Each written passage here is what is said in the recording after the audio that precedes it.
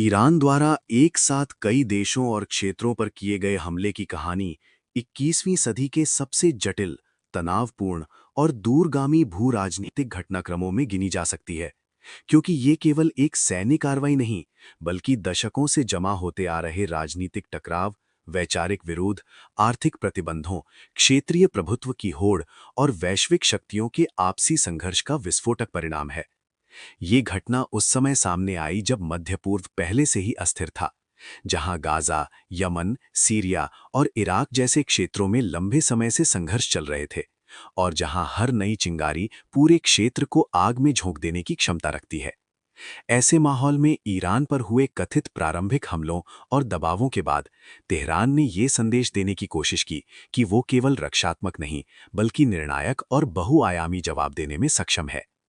इसी रणनीति के तहत उसने सीधे पारंपरिक युद्ध की बजाय मिसाइलों, ड्रोन और साइबर क्षमताओं का इस्तेमाल करते हुए एक साथ कई मोर्चों पर वार किया, जिनमें इजराइल के सैन्य और रणनीतिक ठिकाने, खाड़ी क्षेत्र में मौजूद अमेरिकी और सहयोगी देशों के बेस तथा उन मार्गों के आसपास के लक्ष्य शामिल थे, जिनका महत्व तेल आपूर्ति और वैश्विक व्यापार के लिए अत्यंत अहम है। इस पूरे घटनाक्रम का उद्देश्य केवल सैनिक क्षति पहुंचाना नहीं था, बल्कि मनोवैज्ञानिक दबाव बनाना, प्रतिद्वंद्वियों को ये एहसास कराना कि किसी एक मोर्चे पर हमला करने का जवाब कई दिशाओं से आ सकता है, और साथ ही घरेलू स्तर पर यह दिखाना कि ईरानी नेतृत्व बाहरी खतरों के सामने झुकने वाला नहीं है। इस संघर्ष की जड़ें 1979 की ईरानी इस्लामी क्रांति के बाद से देखी जा सकती हैं, जब पश्चिमी शक्तियों, विशेषकर संयुक्त राज्य अमेरिका के साथ ईरान के संबंध लगातार बिगड़ते चले गए। अमेरिका द्वारा लगाए गए आर्थिक प्रतिबंधों ने ईरान की अर्थव्यवस्था को गंभीर रूप से प्रभावित किया, लेकिन इसके साथ ही उसने आत्मनिर्भर सैन्य तकनीक, मिसाइल कार्यक्रम और क्षेत्रीय सहयोगियों के नेटवर्क को मजबूत करने पर भी जोर दिया, जिसे अक्सर प्रतिरोध की धुरी कहा जाता है।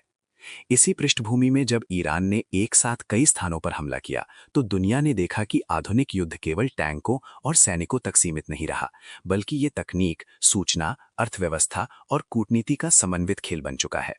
मिसाइलों और ड्रोन की उड़ान के साथ साथ सोशल मीडिया पर सूचनाओं की बाढ़ आ गई। अलग अलग देशों ने अपने अपने दावे किए, कुछ ने हमलों को आत्मरक्षा बताया, तो कुछ ने इसे आक्रामक विस्तारवाद कहा। वहीं संयुक्त राष्ट्र और अन्य अंतर्राष्ट्रीय मंचों पर आपात बैठकों का दौर शुरू हुआ, जहां संयम बरतने की अपीलें की गईं, लेकिन जमीनी हकीकत ये थी कि हर देश अपनी सुरक्षा और हितों को प्राथमिकता दे रहा था।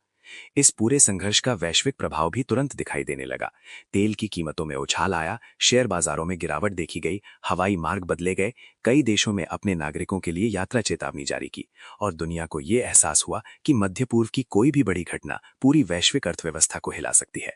सामाजिक स्तर पर भी इसका असर पड़ा, क्योंकि युद्ध की खबरों ने आम लोगों में भय, असुरक्षा और अनिश्चितता की भावना पैदा की, खासकर उन क्षेत्रों में जहां पहले से ही राजनीतिक अस्थिरता और आर्थिक कठिनाइयां मौजूद थीं।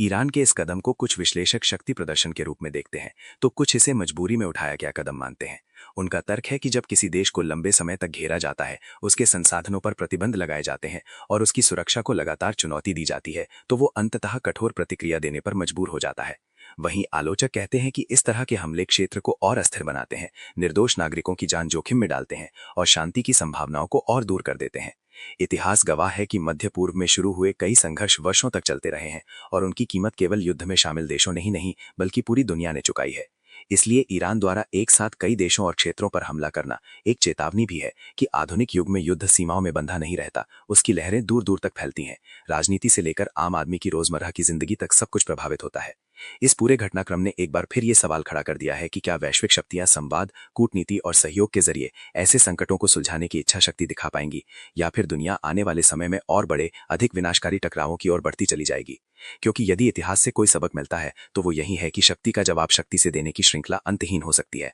जबकि स्थायी समाधान केवल बातचीत, आपसी सम्मान और अंतर्राष्ट्रीय नियमों के पालन से ही संभव है। लेकिन जब तक ये समझ विकसित नहीं होती, तब तक ईरान द्वारा किए गए इस एक साथ हमले जैसे घटनाक्रम विश्व राजनीति को झकझोरते रहेंगे और मानवता को बार बार ये याद दिलाते रहेंगे कि युद्ध चाहे किसी भी नाम से लड़ा जाए, उसकी सबसे बड़ी कीमत हमेशा आम लोगों को ही चुकानी पड़ती है। ईरान और इजरायल के बीच हाल के सालों में बढ़ते तनाव ने मध्य पूर्व को एक बड़े, व्यापक और बहुदेशीय युद्ध की ओर धकेल दिया है, जहां 2026 के फरवरी-मार्च में एक नई चरणबद्ध टकराव में ईरान ने संयुक्त राज्य अमेरिका और इजरायल के खिलाफ अपने प्रतिशोधी अभियान के हिस्से के रूप में खाड़ी देशों और इजरायल को मिसाइलों तथा ड्रोन से निशाना बनाते हुए एक साथ कई मोर्चों पर हमला किया, जिससे पूरे क्षेत्र में अस्थिरता और सुरक्षा संकट और गहरा गया। इस संघर्ष की शुरुआत एक बड़े संयुक्त हवाई हमले से हुई थी, जिसमें संयुक्त राज्य अमेरिका और इजरायल ने मिलकर ईरान के विभिन्न सैन्य, बुनियादी ढांचे और राजनीतिक लक्ष्यों पर हमले किए, जिसमें तेहरान सहित कई स्थानों पर विस्फोट, स्मोक और भारी क्षति की रिपोर्टें सामने आईं। जिसके बाद ईरानी नेतृत्व ने यह घोषणा की कि वे न केवल खुद को बचाएंगे बल्कि सशक्त प्रतिशोध देंगे, जिसे उन्होंने अब तक का सबसे व्यापक, सबसे कठोर हमले का नाम दिया है। और उसी के तहत उन्होंने मिसाइलों और ड्रोन की एक बड़े पैमाने पर संयुक्त कार्रवाई शुरू की, जिसमें वे क्षेत्र के प्रमुख देशों, सैन्य ठिकानों और महत्वपूर्ण नागरिक बुनियादी ढांचे को निशाना बना रहे हैं। ईरानी हमले मध्य पूर्व के कई प्रमुख शहरों और देशों तक फैले, जिनमें संयुक्त अरब अमीरात के दुबई और अबू धाबी, कतर का दोहा, सऊदी अरब के क्षेत्रों, बहरीन, कुवैत और अन्य खाड़ी देशों की राजनीतिक एवं सैन्य प्रतिष्ठाएं शामिल थीं। और स्थानीय मीडिया ने रिपोर्ट किया कि दुबई इंटरनेशनल एयरपोर्ट पर ड्रोन हमले के परिणाम स्वरूप 4 लोग घायल हुए और यातायात भारी रूप से बाधित हुआ, जबकि बुर्ज अल अरब और इसके पास के प्रतिष्ठित क्षेत्रों पर भी मिसाइल विरुद्ध द्वारा किए गए हमलों की वजह से मामूली नुकसान हुआ। इसी तरह दुबई के प्रतिष्ठित बुर्ज खलीफा के पास भी ड्रोन की उड़ान और फायरिंग की घटनाएं चली, जिससे आसपास के हिस्सों में तनाव और भय का माहौल पैदा हो गया। इन हमलों के कारण मुख्य एयरपोर्टों का एयर स्पेस बंद करना पड़ा, हजारों यात्री फंसे और दैनिक उड़ानों में स्टॉपेज तथा रद्दीकरण की स्थिति उत्पन्न हुई, जिससे अंतर्राष्ट्रीय हवाई मार्गों और व्यापार पर भी गंभीर प्रभाव पड़ा। कतर की राजधानी दोहा में भी मिसाइल और ड्रोन हमलों के शिकार होने की रिपोर्टें आईं, जहां कतर के रक्षा मंत्रालय ने अपनी वायु रक्षा प्रणालियों द्वारा कई मिसाइलों को इंटरसेप्ट करने का दावा किया, लेकिन मिसाइल के मलबे और शेल की गिरावट से 8 लोग घायल होने की खबरें भी सामने आईं और स्थानीय अधिकारियों ने नागरिकों से सुरक्षित स्थानों पर रहने की चेतावनी जारी की। जबकि राजनयिक स्तर पर कतर ने इस घटना को राष्ट्रीय सुरक्षा पर एक सीधे आक्रमण कहा और ऐसी किसी भी कार्रवाई को अस्वीकार्य बताया।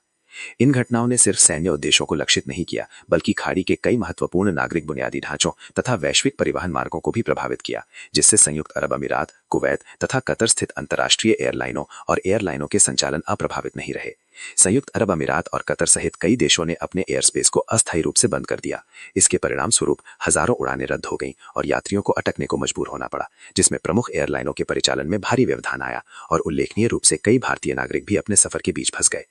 इसी बहुमोर्चे पर ईरान ने अमेरिका के कई सैन्य ठिकानों को 7 देशों में मारा, जैसे सऊदी अरब, कुवैत, बहरीन, कतर, ईरान के आसपास संयुक्त अरब अमीरात और अन्य स्थानों में स्थित अमेरिकी सैनिकों तथा उनके उपकरणों के खिलाफ बैलिस्टिक मिसाइलें लॉन्च की। इस व्यापक हमले को ईरानी मीडिया और अधिकारियों ने प्रतिशोध की कार्रवाई कहा और इसे 7 देशों पर संयुक्त अमेरिकी ठिकानों को निशाना बनाना बताया। हालांकि कई मिसाइलों को स्थानीय वायु रक्षा प्रणालियों द्वारा इंटरसेप्ट कर गिरा दिया गया या समुद्र में गिरा दिया गया और किन्हीं मामलों में शेल गिरने से मामूली नागरिक घायल हुए। इस व्यापक प्रक्षेपण को ईरान ने यह कहते हुए जायज ठहराया कि अमेरिका और इजरायल ने ईरान पर सबसे पहले आक्रमण किया था। इसके जवाब में उनका हमले का दायरा विस्तृत, समन्वित और लंबे समय तक चलने वाला होगा।